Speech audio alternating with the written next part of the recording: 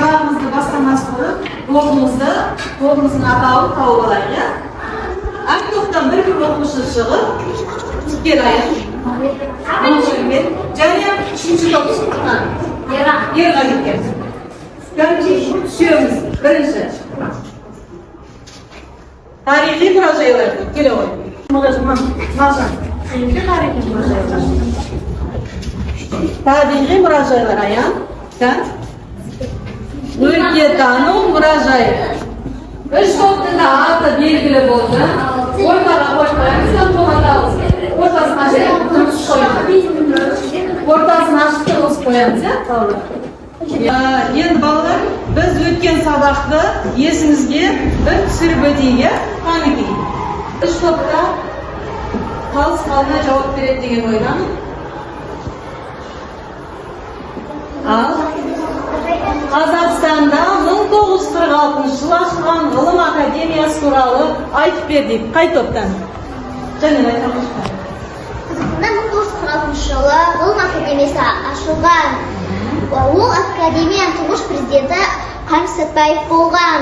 Бізде ауылда биология, тіл, әдебиет, өнер, экономика, тарих, тағы басқа салаларда зерттеу жұмыстары жүргізілді. Екінші сұрақ. Қаныш Сәтпаев туралы не білесіңдер?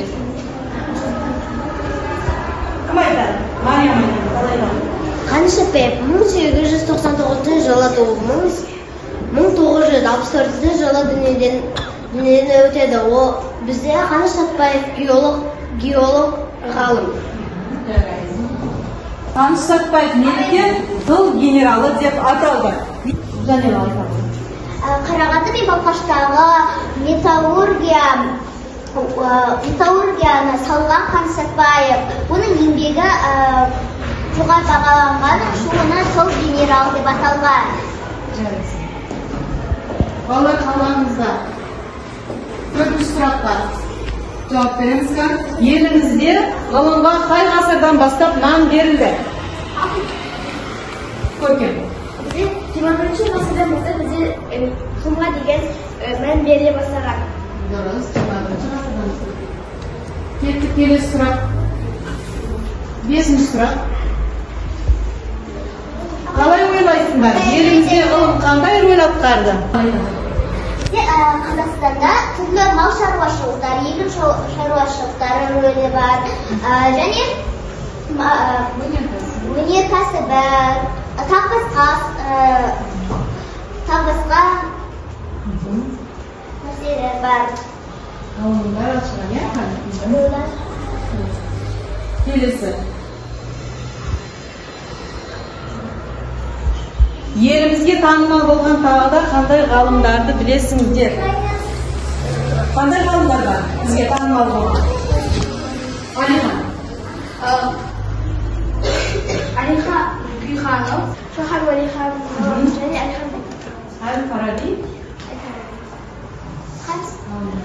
Қаныш Сәтпаев атамызда, иә? Ал балалар, бүгінгі біздің тақырыбымызды атауын біліп алайық. Бірінші, балалар тарихта болған оқиғалар туралы ақпарат алу үшін, көркем өнер туындыларын көзбен көру үшін адамдар қайда барады, қалай ойлайсыздар?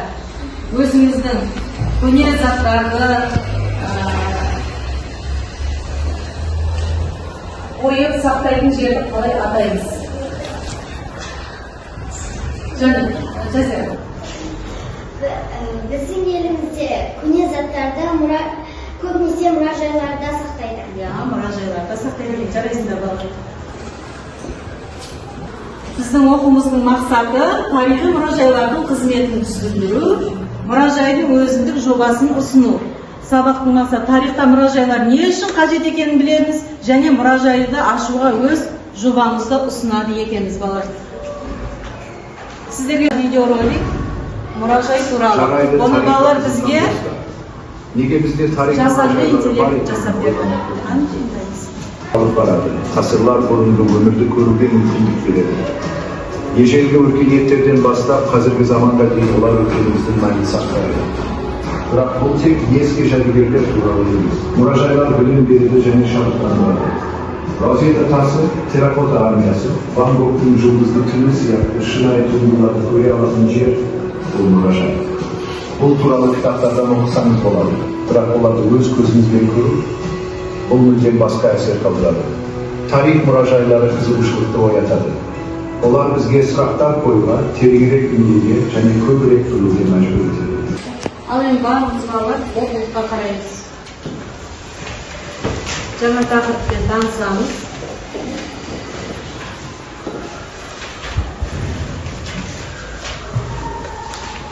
Балалар өз елінің тарихын білмеген халықтың болашағы бұлыңғырды.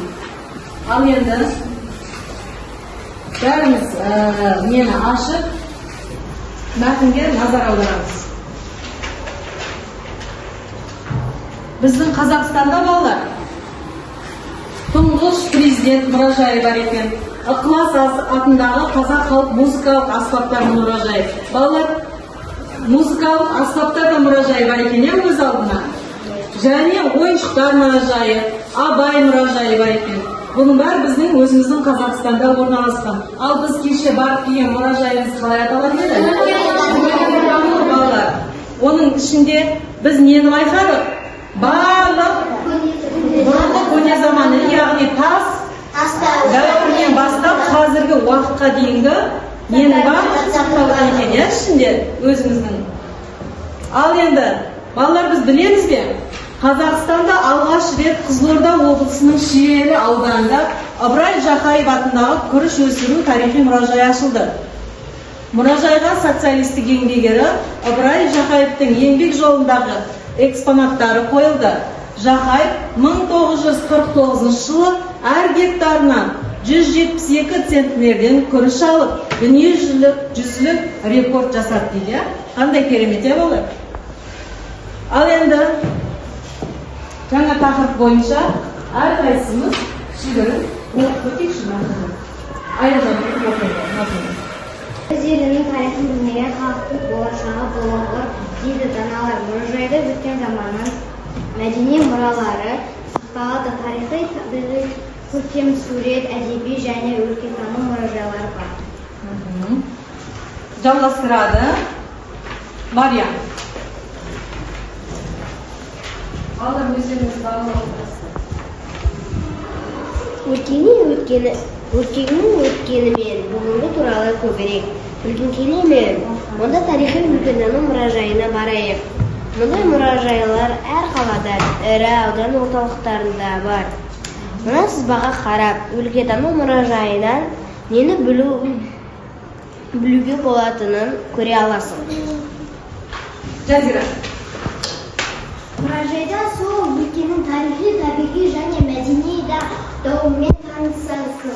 Келушілер тамашалау үшін қойылған экспонаттарды көресің. Ол тас шапқы, жебе, найзаның ұштары тәрізді көне замандардан табылған археологиялық қазба жәдігерлері болуы мүмкін.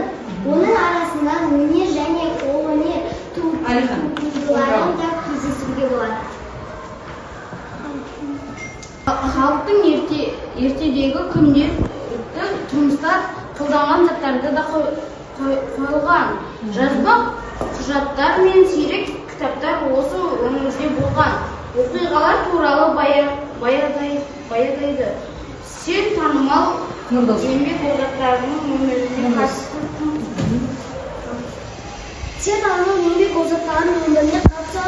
қатысты тың деректермен танысасың.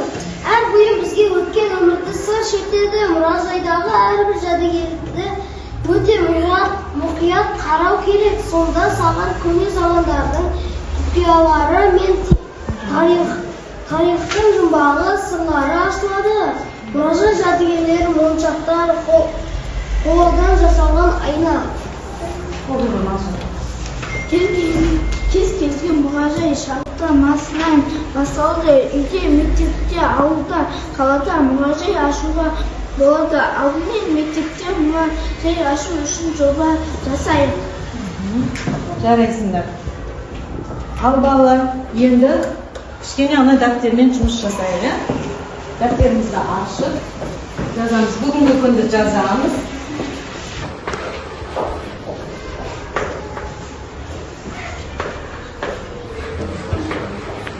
Балалар, мұражайларға біз ғылыми деректерді, ескерткіштерді, өнер туындыларын, мәдени құндылықтарды, тағы да басқа сондай бұрынғы өзіміздің құндылықтарымыздың барлығын осы мұражайда сақтайды екенбіз. Экспонат дегеніміз мұражайға көрмеге қойылатын зат жәдігер екен. Экспозиция дегеніміз тарихи және мәдени жәдігерлер көрмесі екен. Этнография дегеніміз этностың шығу тегін, құрамын, мекенін, рухани мәдениетін зерттейтін ғылым екен. Осыларды балалар мұқият жаттап аламыз, Экспонат дегеніміз не, этнография дегеніміз не, экспозиция дегеніміз не деген кезде осыларға нақты жауап береді. Ал енді қолымызды балалар жақсылап тұрып, қолымыз шашылса жаттықтырып алайық, бір сергіп алайық. Қанды қолымызға қарағымызды алып,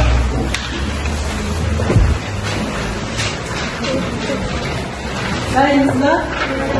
Ал басып.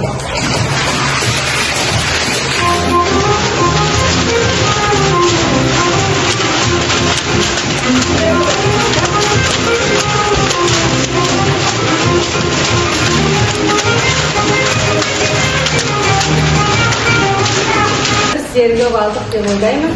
Енді ары қарай балалар өзіміздің дәптерімізді бал қойып отырсыздар ма? Әр немізге бал қойып отырмыз ба? Кәнекей. Ары қарай біз балалар топтық жұмысымызды бастаймыз.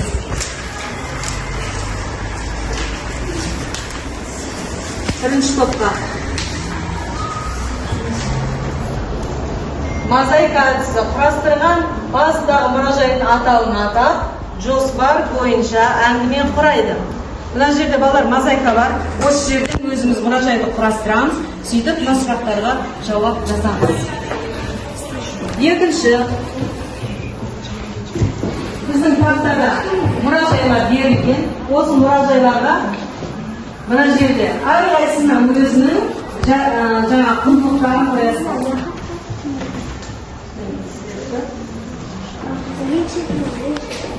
Тиісті мұражайдың астына орналастырамыз. Және үшінші топқа қолымыздағына орналастырамыз. Және үшінші топ жасанды интеллекттің сұрақтарына жауап береміз.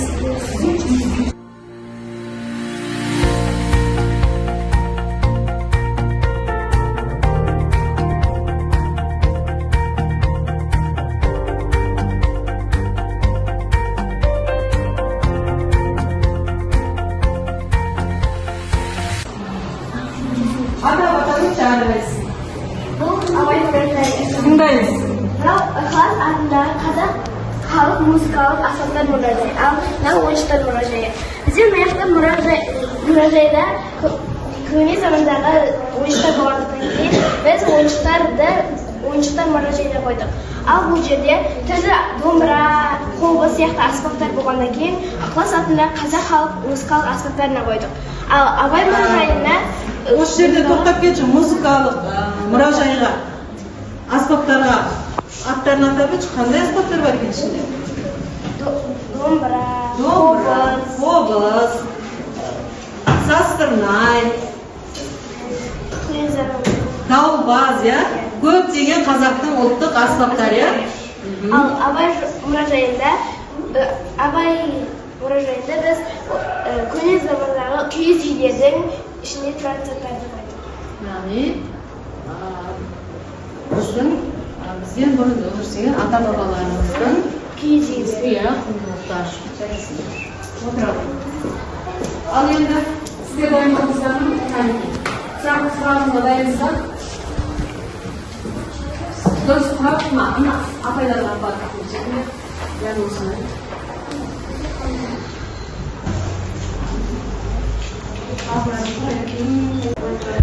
Мұражайдың аты бұл музыканы деп аталады. Бізде мұражайдан жәдігерлер, көне заттарды көрдік біз, тарихи жәдігерлерді көрдік. Бізде мұражайлардан әртүрлі адамдар таныстырады, ересек адамдар таныстырады, қыз таныстырады, ол таныстырады. Ал бізге апай таныстырды. Апайдың мамандығы. Апайдың мамандығы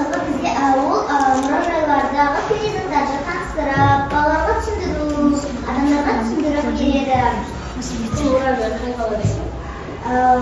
Бұл мұражай қаланың ортасында орналасқан болса, Шымкент қаласында.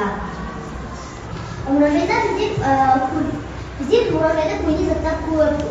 Мұражайдың барлық заттарын айтып бітіре алмаймыз. Ода көне заттар өте көп. Отырар қаласын көрдік біз мұражайда. Қожахмет ескертмесін көрдік. Әртүрлі көне заттарды көрдік. Киіз үйлерді, ежелгі адамдарды, тас дәуірінен, және осы заманға дейін келе жатқан көне заттарды көрдік.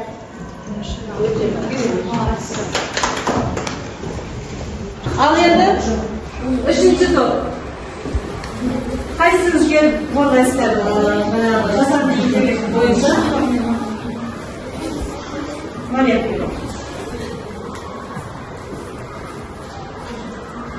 Мұражайға барғанда өзіңді қалай ұстауың керек? Мұражайдағы тәртіп ережесін құрастырыңдар. Біз мұражайға кіріп бардық, иә? Кіріп барған кезде апай алдымыздан шықты. Бізге қандай тәртібін үйретті? Бізде мұражайда тыныштық сақтау керек. Және мұражайға біз тамақты алып кірмеуіміз керек. Артық зат апаруға болмайды. Және әр нәрсені қолмен ұстауға болмайды. Себебі бізде заттар дәріленген. Және біз оны бүлдіріп қоюымыз мүмкін. Біз одан да бөлек аңдардың бейнесін көрдік қой сол жерде, иә? Иә. Қатырылған, иә? Ешкімі сурет. Қызығып барып ұстаймыз деп еді. Бізге апай болмайды деді. Өйткені біз оны ұстауымызға болмайды. Иә, ұстауға болмайтыны не ескертті?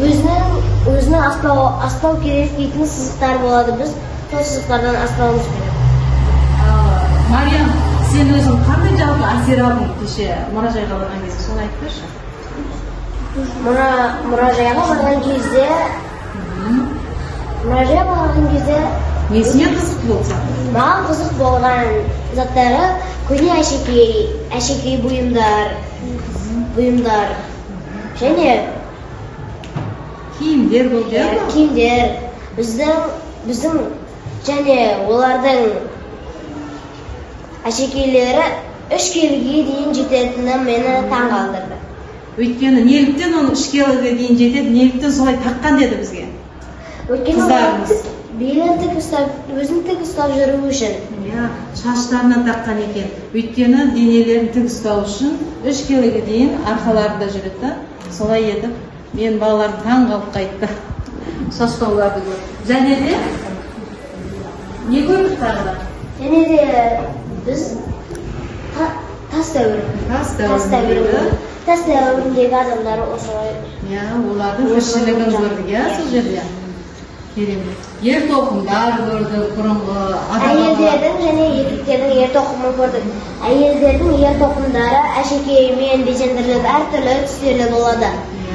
Содан кейін бізде бесіктің қандай жағын айтты бізге? Бесікте не болмаған деді? Бесікте бұрынғы уақытта шеге болмағандықтан бізде бесіктерді шегелемеген. Ағаштың өзін не істеген деді? Майыстырып жасаған деді. Ешқандай шегесі жоқ, байқадыңыздар?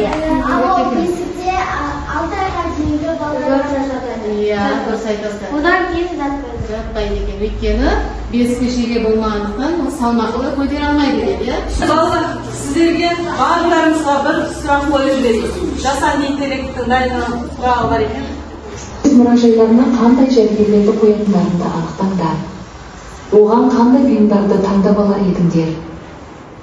Балалар, болашақта сіздер де сол біз жаңағы Найманбаев атамыздың мұражайына барған екенбіз, сол кісінің атымен аталған екен. Сіздер де сол сияқты атақты ғалым болып жатсаңыздар, өздеріңіз сондай мұражай ашатын болсаңыздар, қандай мұражай ашатын едіңіздер және сол кісінің атымен аталған екен. Сіздер де сол сияқты атақты ғалым болып жатсаңыздар, өздеріңіз сондай мұражай ашатын болсаңыздар, қандай мұражай ашатын едіңіздер және ішіне қандай туындыларды қоятын едіңіздер. Ал Мейрамбек қойшы. Мен өзім мұражай ашатын болсам, ескерткіштер мұражайын ашатын болады. Қандай ескерткіштер? бұрынғы таш заманнан қазіргі заманға дейін болған ескерткілерді қояды. Жарайсың, тағы да Інжу. Мен ашатын болсам, әшеке бұйымдар ашатын едім. Бұрынғы ғасырдан қазіргі ғасырға келе жатқан Қазірге дейінгі бізге сол жерде қыздарға көбірек ұнаған әшекей бұйымдар болды. Жазира. мен өзімнің мұражайымда ойыншықтар ашқым келетін. Оның ішінде көне заманнан келе жатқан ойыншықтармен безендіргім келеді. Яғни қуыршақтар, мұражай ғой, жарайсың. Ислам. Мен мұражай ашатын болсам, мен бұрынғы замандардың батырлардың қорғаныстар қылыштарымен ашатын едім. Олардың қорғаныс, сол сауыт саймандарының өзі өте ауыр болған. Дұрыс айтасың. Қорғанысының өзі 15 килограмм. Ол кездегі адамдардың өзі дау болғанда соны көтере алатындай, иә? Өте керемет айттың, жарайсың. Тағы бір Алина. Мен егер мұражай ашатын болсам, ішіне әшекей бұйымдар, Қожа Ахмет Яссауидің кесенесін қоятын едім. Бұрынғы замандағы адамдардың мекен еткен үңгірлерін қоятын едім. Марияның өзің ойыңа пайдалы.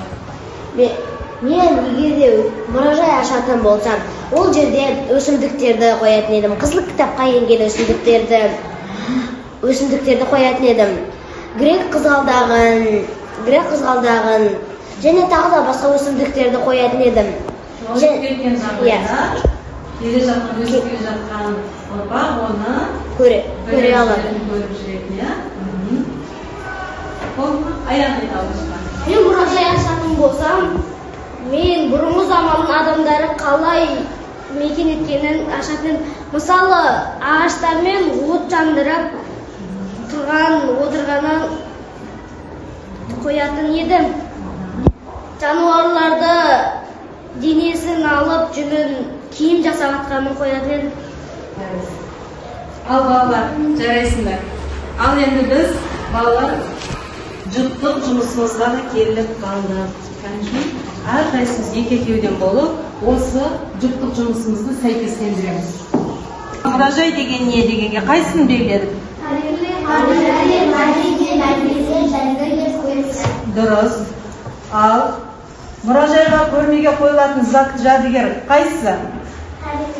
Этнография ма, экспонат па қайсысы? Экспонат. Тарихи және мәдени жәдігерлер көрмесі. Қайсысы? Дұрыс. Тарихи көрме сурет әдеби өлкетану дегеніміз мұражайдың өзі екен. Жарайсың, бәрі де осылай болды ма? Кәртісі